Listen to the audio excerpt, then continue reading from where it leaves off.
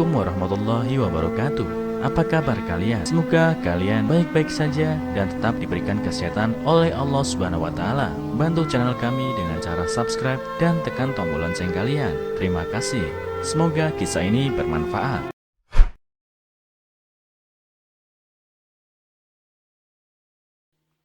Papa, kembalikan tangan Ita. Sepasang suami istri, seperti pasangan lain di kota-kota besar, meninggalkan anak-anak untuk diasuh pembantu rumah ketika mereka bekerja. Anak tunggal pasangan ini, perempuan berusia 3,5 tahun, sendirian di rumah. Dia sering dibiarkan pembantunya yang sibuk bekerja. Dia bermain di luar rumah.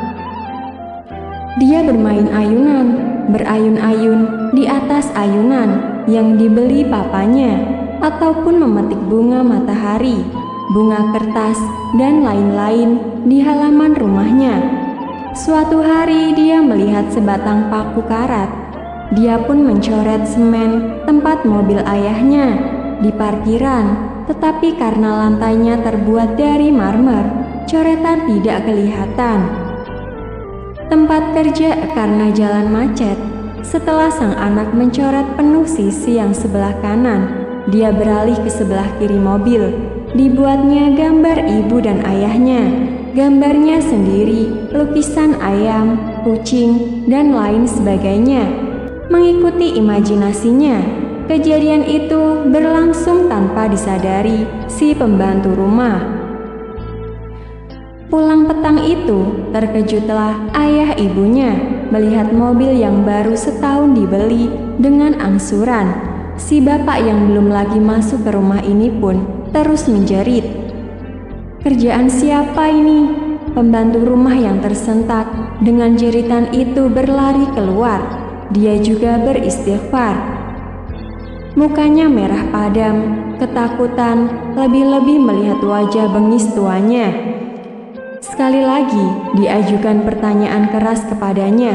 Dia terus mengatakan, "Tak tahu, kamu di rumah sepanjang hari, apa saja yang kau lakukan?"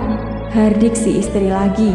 Si anak yang mendengar suara ayahnya tiba-tiba berlari keluar dari kamarnya. Dengan penuh sengaja dia berkata, "Ita yang membuat itu, Papa. Cantik kan?" Katanya sambil memeluk papanya, ingin bermanja seperti biasa. Si ayah yang hilang kesabaran mengambil sebatang ranting kecil dari pohon bunga raya di depannya, terus dipukulkannya berkali-kali ke telapak tangan anaknya. Si anak yang tak mengerti apa-apa tertolong-tolong kesakitan sekaligus ketakutan, puas memukul telapak tangan. Si ayah memukul pula belakang tangan anaknya. Si ibu cuma mendiamkan saja, seolah merestui dan merasa puas dengan hukuman yang dikenakan. Pembantu rumah terbengong, tidak tahu harus berbuat apa. Si bapak cukup keras memukul-mukul tangan kanan dan kemudian tangan kiri anaknya. Setelah si bapak masuk ke rumah, dituruti si ibu. Pembantu rumah menggendong anak kecil itu, membawanya ke kamar. Dilihatnya telapak tangan dan belakang tangan si anak kecil luka-luka dan berdarah. Pembantu rumah memandikan anak kecil itu sambil menyiram air sambil ia ikut menangis. Anak kecil itu juga terjerit-jerit, menahan kepedihan saat luka-lukanya itu terkena air. Si pembantu rumah kemudian menidurkan anak kecil itu. Si bapak sengaja membiarkan anak itu tidur bersama pembantu rumah. Keesokan harinya, kedua belah tangan si anak bengkak. Pembantu rumah mengadu. "Oleskan obat saja," jawab tuannya, bapak si anak. Pulang dari kerja, dia tidak memperhatikan anak kecil itu yang menghabiskan waktu di kamar pembantu. Si bapak konon mau mengajar anaknya. 3 hari berlalu, si ayah tidak pernah menjenguk anaknya. Sementara si ibu juga begitu. Tetapi setiap hari bertanya kepada pembantu rumahnya. "Ita demam," jawab pembantunya ringkas. kasih minum obat penurun panas, jawab si ibu. Sebelum si ibu masuk kamar tidur, dia menjenguk kamar pembantunya.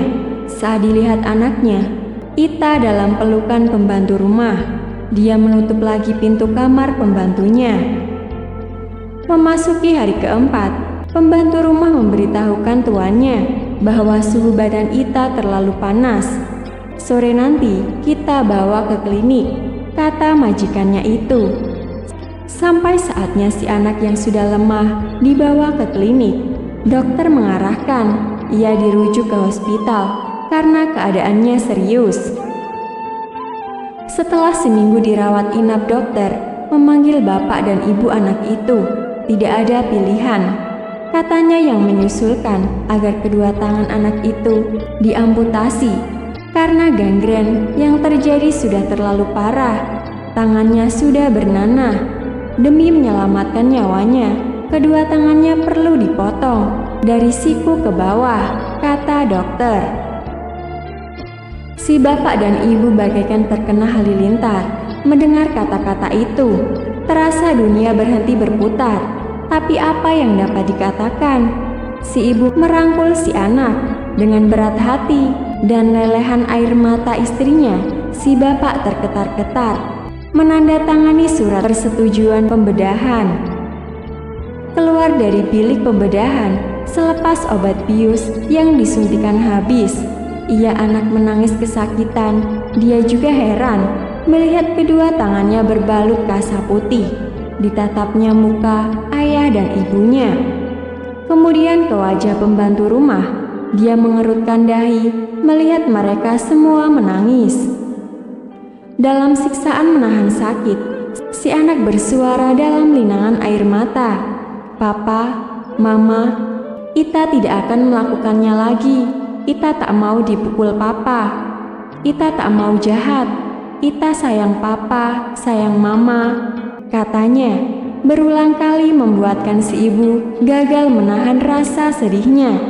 Ita juga sayang Kak Narti, katanya memandang wajah pembantu rumah, sekaligus membuatkan gadis itu meraung histeris. "Papa, kembalikan tangan Ita. Untuk apa diambil? Ita janji gak akan mengulanginya lagi. Bagaimana caranya Ita mau makan nanti? Bagaimana Ita mau bermain nanti? Ita janji tidak akan mencoret-coret mobil lagi," katanya berulang-ulang.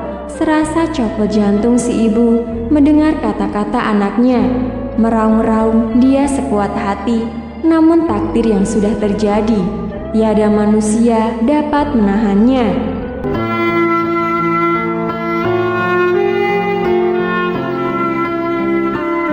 Assalamualaikum warahmatullahi wabarakatuh. Apa kabar kalian? Semoga kalian baik-baik saja dan tetap diberikan kesehatan oleh Allah Subhanahu wa Ta'ala. Bantu channel kami dengan cara subscribe dan tekan tombol lonceng kalian. Terima kasih. Semoga kisah ini bermanfaat.